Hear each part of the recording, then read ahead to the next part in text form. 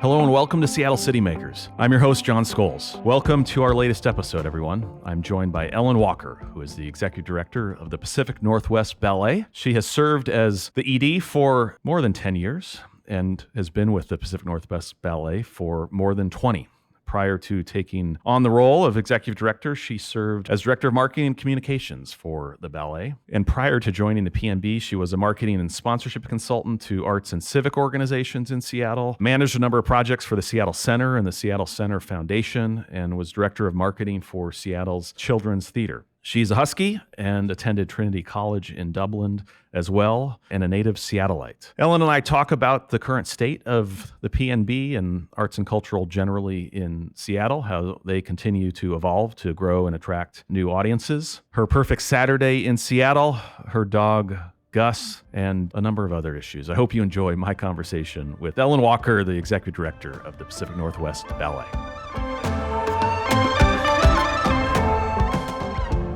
Well, thank you again for coming on Seattle City Makers. My pleasure. How's your day?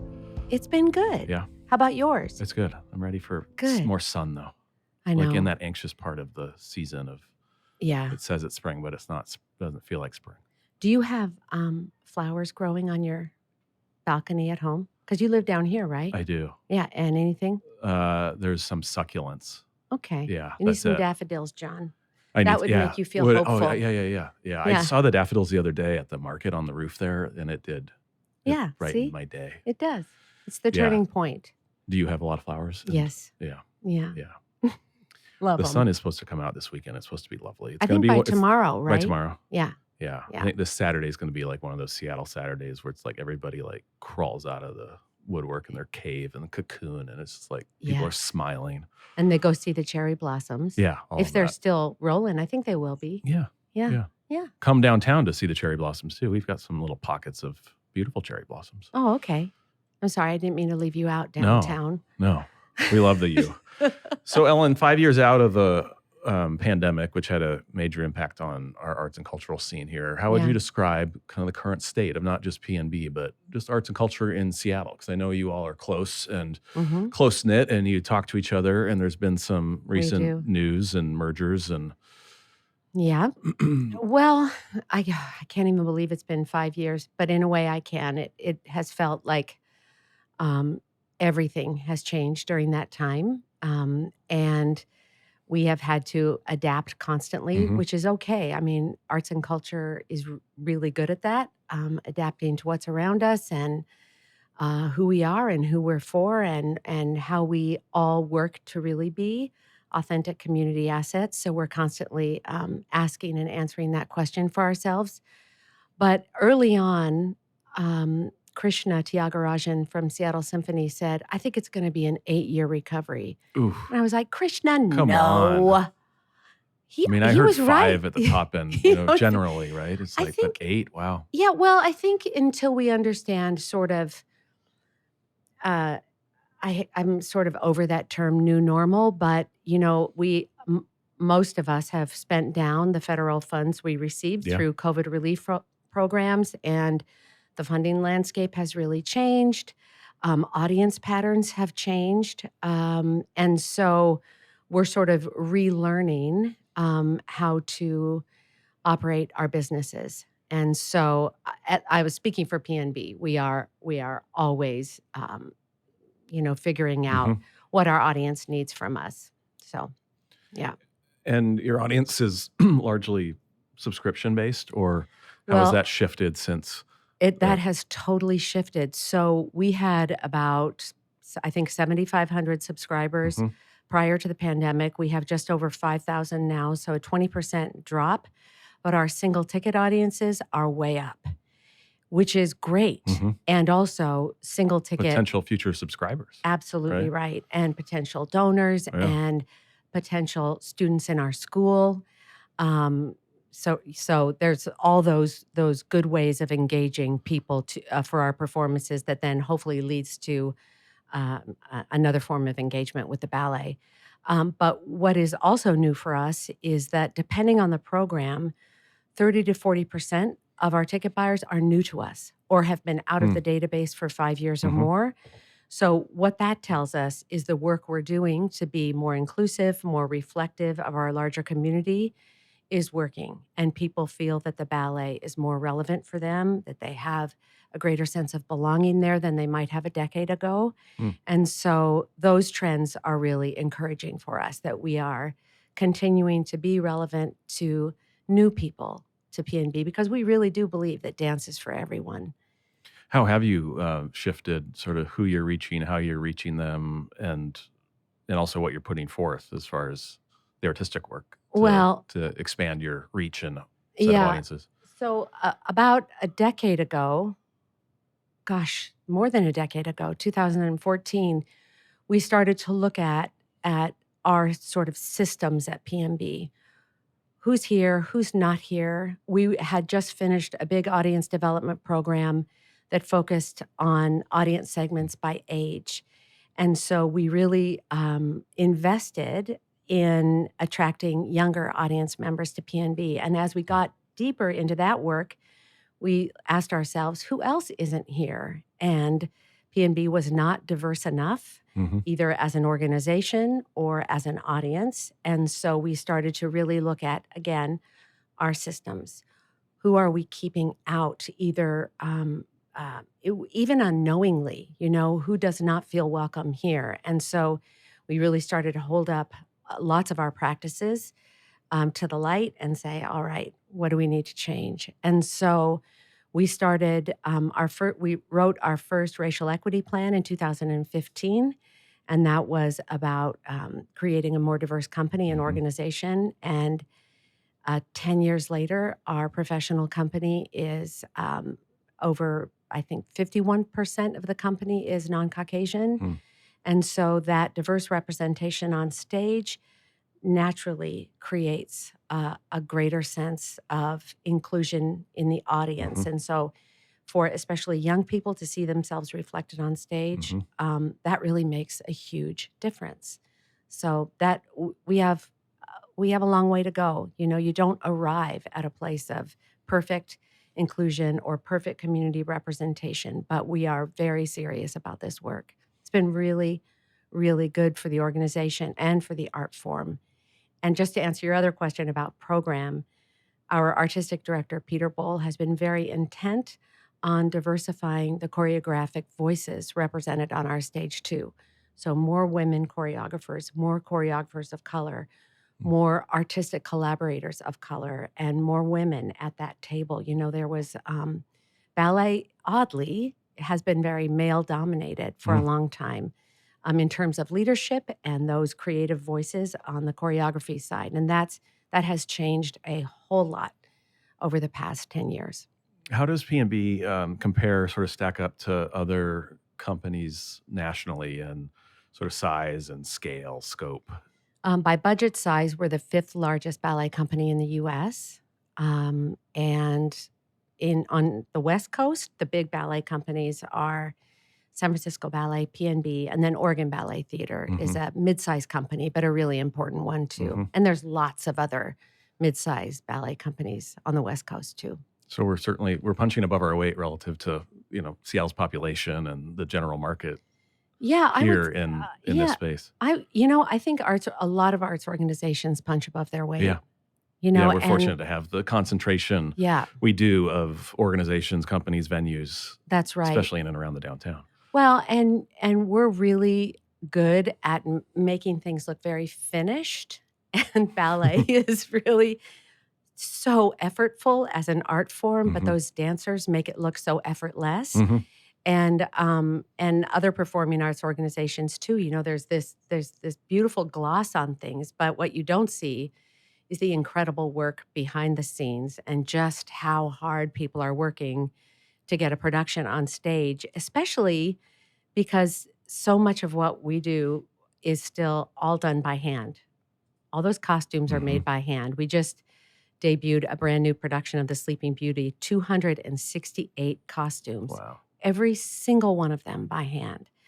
And the scenery gets lifted up and down by people standing at the fly Hmm. rail, lifting scenery up and down. It's not mechanized. So there are moving lights and we do use technology, but it's still so much about human effort. Craft. Yeah, that's right. Yeah. For somebody who isn't super familiar with ballet, not a subscriber, not someone who's attending individual performances regularly, they're ballet curious. hmm What's the 101 on ballet and sort of approaching ballet and attending a performance and understanding? It's a good question. And I would have said, if I had answered this question a year ago, I would have said, go for the familiar work. Hmm. 92% of our audience comes to us first through a familiar work. Mm-hmm. The Sleeping Beauty, Swan Lake, Nutcracker, yeah. Cinderella. But we premiered a work here a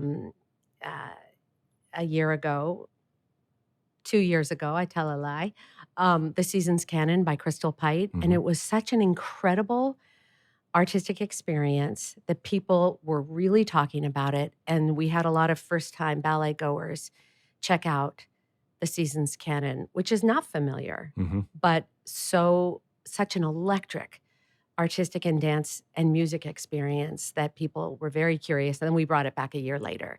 So because it's backed by popular demand. Mhm. It's an incredible piece of theater. It really is. So maybe stray from the familiar, perhaps, and Definitely. But I would say generally the first point of entry is something familiar. And then from there you might go to something that you might like the composer of a piece, or you're curious about a choreographer, or you have become really attached to company dancers whose performances really resonated with you the first time. I mean, we have a resident company. So we have 48 dancers who perform for PNB, and then we have professional division students too, who often perform in main stage productions. And these dancers all have followings. They're all active, or many of them are active on social media. So they get fan bases who come back for their shows, check out casting, and then come see those dancers. That's pretty great. And they're incredible people. It's such a huge luxury to have a resident company. I think in Seattle, I could be wrong about this, but I think it's just us and Seattle Symphony that have artists on payroll in this way. And that is an extraordinary privilege, really, to nurture artists in this way. At PNB, you often see kids come up through the school and then go into the professional division and then join the company. And it's amazing. It's really an amazing way to serve artists and an art form. Are there specific performances for the 25-26 season that you're looking forward to that you think are worth highlighting here? I'm sure they're all fabulous, of it, John. but all of them. Every one of them. Are there ones that are of particular note? We're bringing back George Balanchine's Jewels, which is really, truly beautiful and just classical ballet beauty. We're bringing back Kent Stoll's Cinderella, which is great. That's at the February slot. We have a number of new works. Peter is very intent on, again, giving opportunities to emerging choreographers. There are 2 company members at PNB, Christopher Dariano and Amanda Morgan, and they are collaborating on a new work for PNB. They are very accomplished dancers, but they are also choreographers. So I'm really excited about that one. Excited about all of it. All of them. Yeah. And you've been in this role now almost 11 years. You celebrated, I think, your 10th year last summer, but you've been with PNB for 20 plus? Yeah, since 2003. I was loaned out. You were loaned out. I was loaned out. I was working for Seattle Center Foundation, helping with the opening of Macaw Hall. And PNB needed a marketing director. And so Seattle Center Foundation said, well, Ellen's been a marketing director. You can work with her for a while. And I had a 5-month contract, and then went back to the foundation. And then our founders, Kent Stoll and Francia Russell, called me up and said that they were getting ready to announce their retirement, which was a major happening in the life of PNB, of course, and invited me to come back. So I was director of marketing for 11 years and then became executive director in 2014. And a good portion of your career has been connected in some way to Seattle Center. Yes. I can't seem to move off that campus. Um, You've but just moved around it.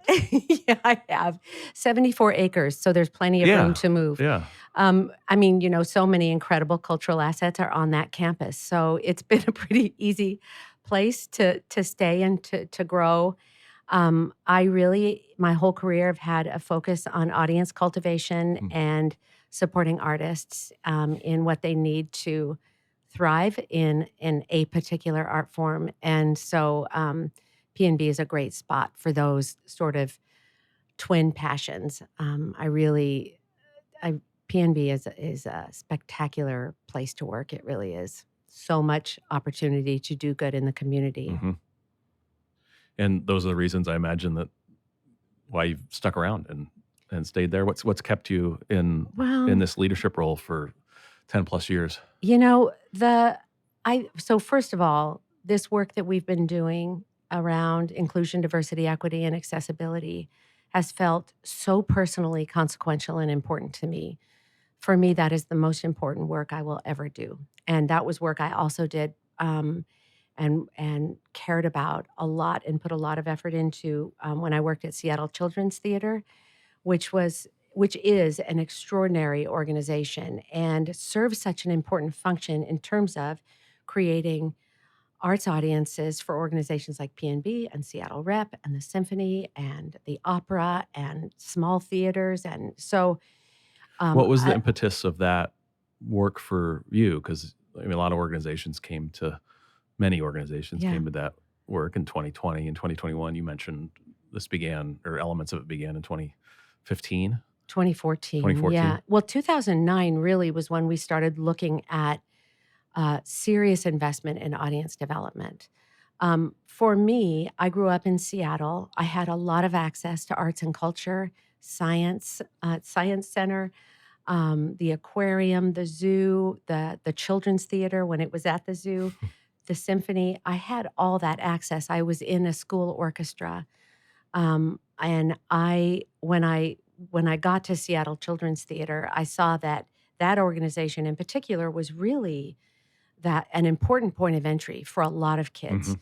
And so, and I saw the way a theater organization could really create the most wonderful state of belonging and igniting kids' imagination and their curiosity, their critical thinking, their personal creativity. I was so inspired by that, and that's the same kind of opportunity was there at PNB too.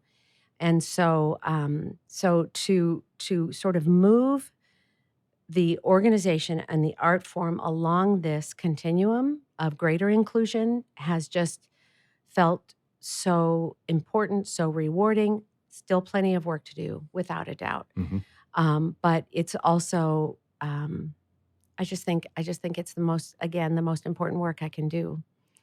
In addition to keeping, a $30 million organization above water financially, and continue to be relevant to all kinds of people in our community, whether as audience members, students in our school, funders, board members, all of that. But it certainly seems that it's intertwined with your financial sustainability too. I mean, there's a business case for Yeah, being what you're putting on stage and who you're putting on stage. That it's, as you said earlier, that folks see themselves reflected there, and that you're that's right. relevant to as diverse and large of an audience as you can be. Well, I read years ago an article in the Harvard Business Review called Diverse Teams Are Smarter. Hmm. You've probably Hmm. read that. And I thought, that is so right. And diverse companies are more relevant. Therefore, you have more people coming to your venue. You are more important in the lives of more people. That is a very important community strategy. It's an important personal strategy for PNB, everybody at PNB, but also it's good business too. I mean, seats in a theater are perishable. They need to be filled, and we need to be more relevant to more people so that they come, they feel included, invited, reflected on stage, Does it feel and harder appreciated. to reach people, get them through the door, get them in a seat, given all the competition and choices that people have now for content and entertainment, Yeah, oh and yeah. then we went through the period where we couldn't participate and show up together and be That's right. inside. And do you feel like you have to work harder to Yeah. reach the patrons? Yes, because people have new habits. That's another byproduct of the pandemic. I was walking my dog one day in the neighborhood, and my neighbor said, "I had to tell you, I used to go to the ballet. I'm not doing it." I was Mm. like, "Why not?" And he said, "Because I have this couch and this incredible, TV system, shows I want to watch." I'm like, "Did you just what? Really?" Rude. No.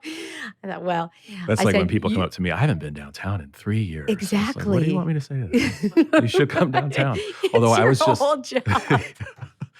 I was just at not to get you off track, I was just at the Mercer Island Rotary before I came here Yeah. speaking, and I asked the room who's been downtown in the last 30 days, and I was astounded that a majority of the people raised their hand that they'd been downtown. So Good. I did not expect that.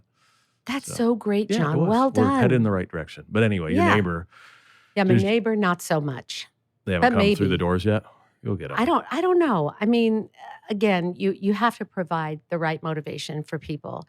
And Yeah. also, there's this perception that downtown is not safe. We've talked about this Yeah, before, that's right? what we were talking So, about at the Rotary today. yeah. And so whether or not that's true, the perception sticks around. Yeah. And we added a matinee next season Hmm. because our matinees are sort of growing in interesting. popularity because I think people feel a little safer during Yeah, the yeah. afternoon.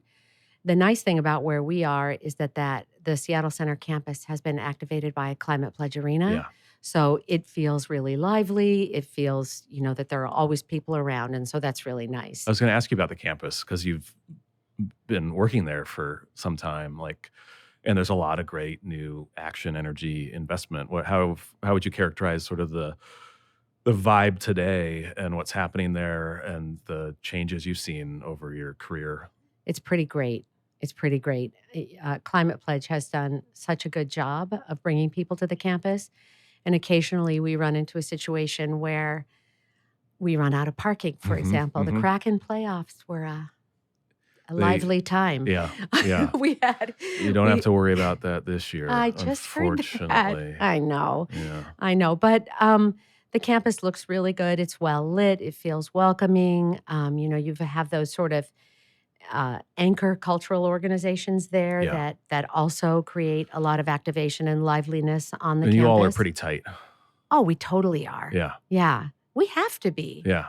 We all face kind of the same issues, the sort of same existential questions about funding and, again, audiences and audience growth or audience attrition. All those questions are really fundamentally important, and we share resources that way too. I've always known that Seattle was a uniquely collaborative cultural community, and when I travel to other cities or I meet with peers who are running ballet companies in other cities, they always say, "Oh yeah, Seattle is your cultural community is very cohesive," and we are. It's so nice. It's great. Memorial Stadium's going to get redone, as you well know. Can you envision or imagine or have thought about outdoor ballet? Oh yeah, Oh, really? of course. Say more. Well, ballet is great outdoors. You Yeah. just need a sprung floor for those Uh-huh. dancers. They need to dance on a sprung floor because that's the safest. So it could be done in surface. Memorial Stadium. Oh, 100%. Well, that's cool. Yeah, yeah. Because I grew up here, I have a lot of memories of Memorial Stadium. Has it been done in and Memorial Stadium? None of them include outdoor ballet. Okay. Yeah. Nathan Hale High School football games, yes. Oh, yeah. Yeah. It was a long time ago. But of course, yeah. And P&B has performed outdoors before. What venues and spaces? Jacob's Pillow, Seattle Art Museum Sculpture Park. Jacob's Pillow is in Yeah. Beckett, Massachusetts. That's an outdoor Uh-huh. venue. Because the company does tour, right? In we do. other parts Yeah. of the country and Yeah. world. Yeah. It's The pretty. Sculpture Park. Yes, we did something called Sculpture Dance, which was pieces made kind of in conversation with the sculptures down there. It was so great. And it was free. It was awesome. Yeah. And people really, really loved it. That was pre-pandemic. We would Mhm. love to do that again. Mm-hmm. But Memorial Stadium, sure. Cool. I can commit today. It's gonna I'm happen. not the artistic director. It's gonna happen. Good idea. Yeah. Yeah. Yeah. That renovation is going to be terrific.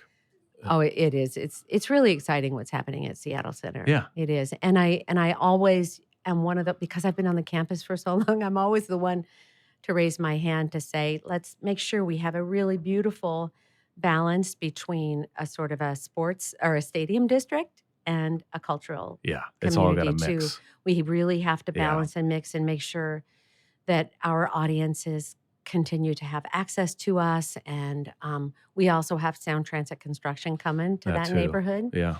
Yeah. So lots have changed, Yeah.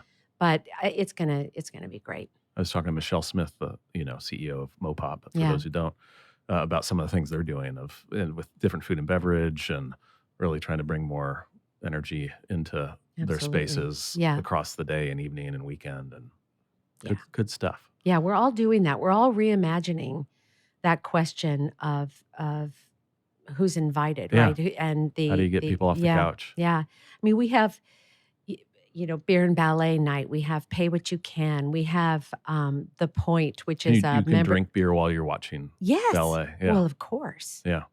Yeah. You bring your sippy cup right into Yeah. Beer and ballet night. the. People love that. Are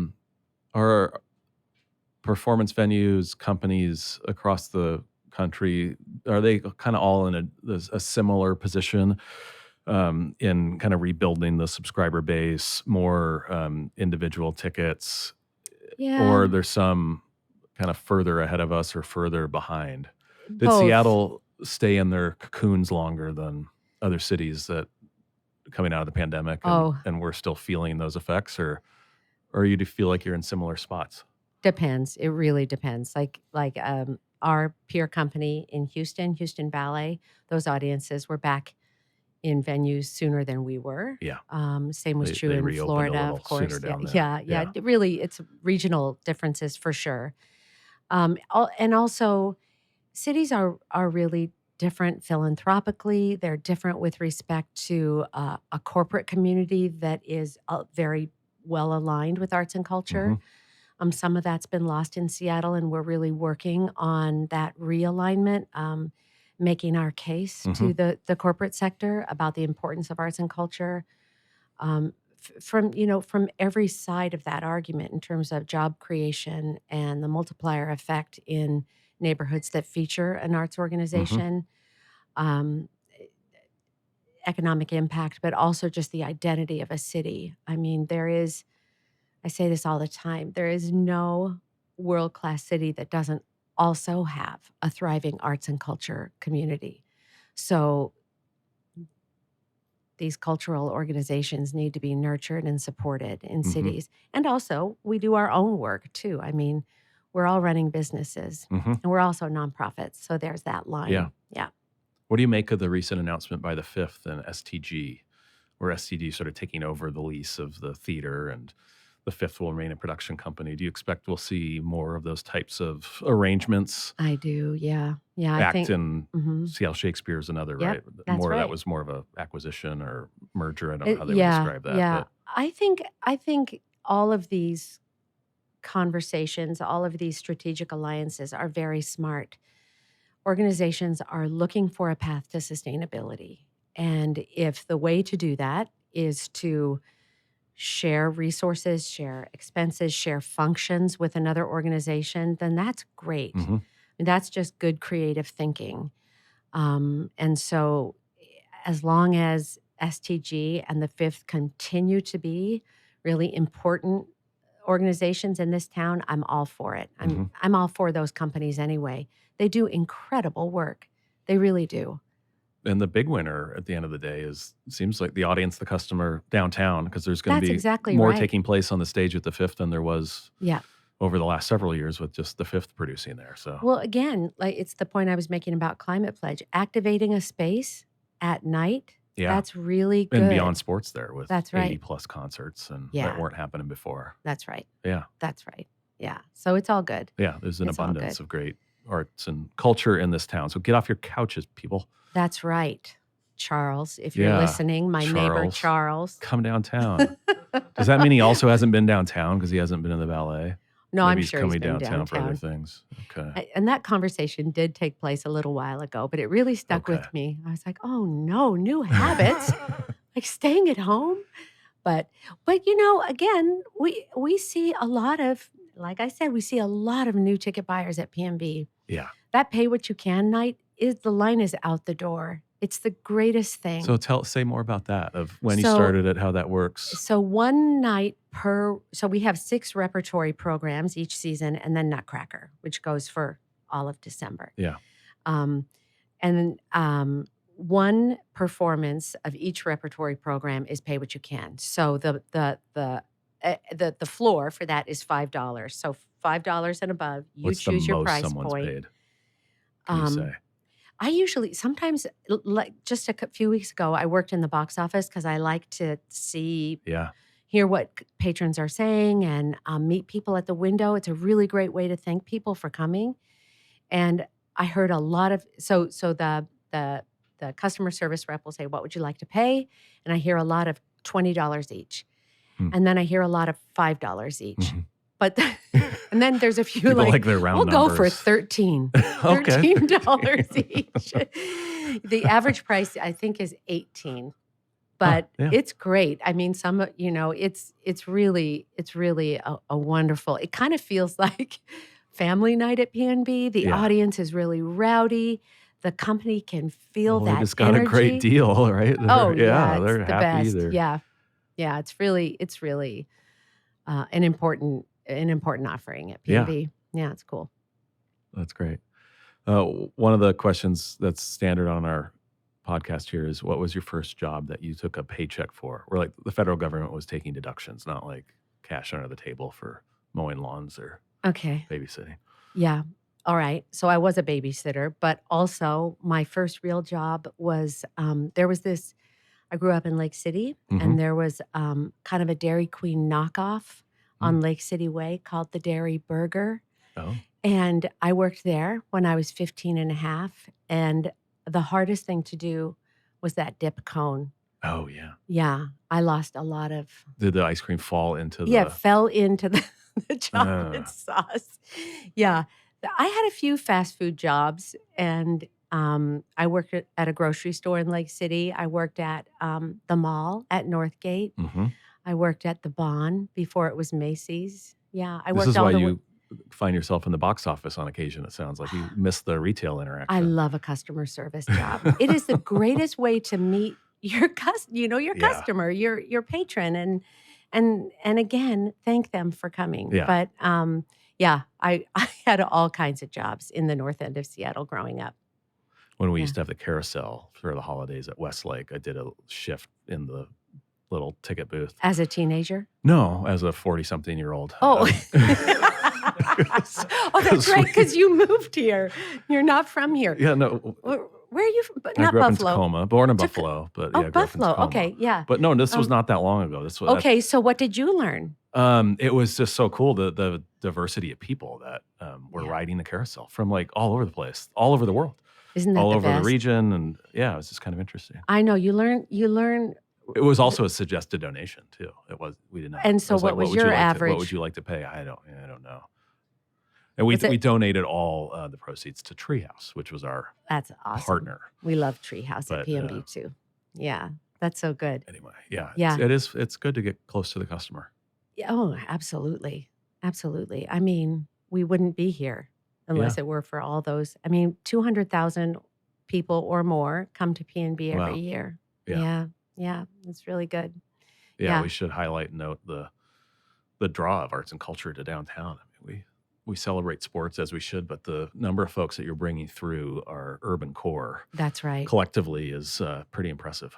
Well, we've told you this stat before, John, but we did that calculation of the audiences that are that come through arts, culture, science, and heritage organizations every year in the county, and it is more people than all the major sports teams combined. Yeah, it's a huge influx of people to our organizations. And they're going out to eat. Yeah, that's right. spend the night on occasion, and that's it. Yeah. Yeah. It's really important. paying those admission taxes.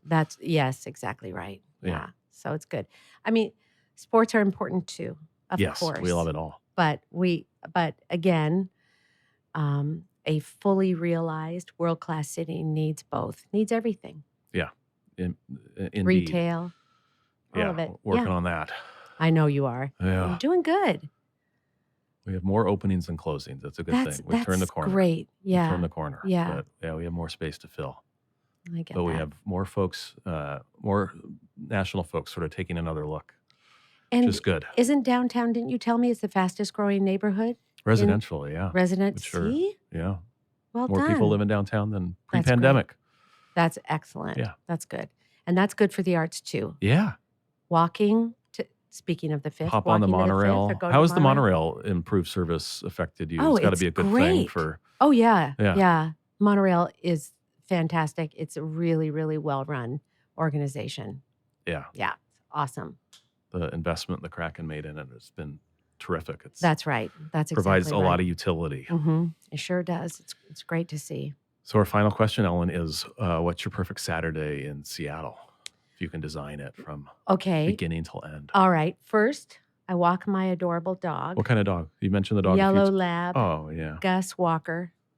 He's the Gus. best. That's a great name for He's a lab. 7. It is a great name. That's not his original name. I'm not saying it on this podcast. Okay. It was. Why can't you say it? Well, for some reason, he came with the name Gigolo. Oh, really? Who would name their dog that? Yeah. You can't. He was no. he was in training to be a service dog, and he didn't make it. Oh. And I ended up with him, and he's the best. Anyway, his name is Gus. So I walk him. Yeah. And then maybe work in the garden a little bit. And then I really love, if P&B has a matinee, I love going to the matinee. I love it. It Mhm. is so much fun. Or I might come down here. I just went to the Ai Weiwei show at Oh, yeah. Sam. Oh my gosh. Yeah. Incredible. Did you? I need to go back. You were at the downtown museum, not the Yeah. sculpture park. No, or haven't Asian, been to the sculpture yeah, park art yet. museum. No, haven't been to Yeah. Cap Hill yet either. Volunteer Park, yeah. But I will. I want to go It's see really- that. It's incredible. That Lego piece up me at too. the Asian Art Museum. Yeah. 650,000 Lego. Someone said you don't say Legos. It's Lego. Is that right? It's like Brandon? data. Lego, even if it's plural, it's Lego. Yeah. So Huh. I don't know. I Okay. said Legos, 650,000 Legos. You think you could use it plural when there's 650,000 of them. Of them, yeah. But not even in that Not even case. Legi. Anyway, It's Legi, Lego. Legis, I don't know. Yeah. Well, But yeah. it looks cool. I want to get up there. Sam they just do such great work. Yeah. So, yeah. So that, but yeah, I do love going to that matinee at P&B. hmm It's really wonderful. It was such a nice, it's just a nice experience. Yeah. So And That's what I McCall would is a say. pretty special place. We haven't said much about McCall Hall, but McCaw Hall is a special Yeah. place. Yeah, it really is. It was designed to be very welcoming, very open, and it is that. It's a Mhm. really nice venue, and great acoustics, really nice sight lines, all those things you want in a performing arts venue. So it's really good. well, thank you for making time for this and for your steady leadership of this great institution. And, Thank you, John. And making it even more relevant to our community and region and downtown and Thank you. more Right back to inclusive you. as well. Your We're lucky to steady have you. leadership and And, working in that booth. You Yeah. didn't have to do that. Right. I'm glad you Right. did. And get to the ballet, everybody.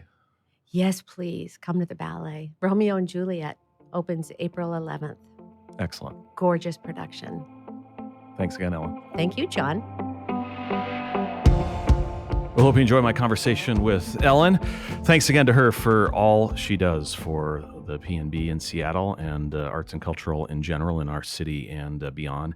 It's always just a pleasure to sit down and chat with her. Well, I want to close out with a recommendation of something to check out in downtown Seattle, and want to highlight, since it is rooftop season here with the sun out, finally, a new rooftop bar and restaurant down in Pioneer Square on top of the populous Seattle Hotel, which will soon open, I think, later in May. The Fern is the beautiful restaurant and lounge space up on the roof of this gorgeous hotel, the Westland building that was remade and invested in by Urban Villages based in Denver, Colorado. They've done a tremendous job with this property. It is something special, and we've got another rooftop in downtown for you to connect and convene on with your colleagues and friends. So check out the Fern at the populous Seattle, soon to open here, I think, mid to late May. Well, thanks everybody for joining us on this episode of Seattle City Makers, presented by the Downtown Seattle Association, with support from James Cito and production by Thread Theory.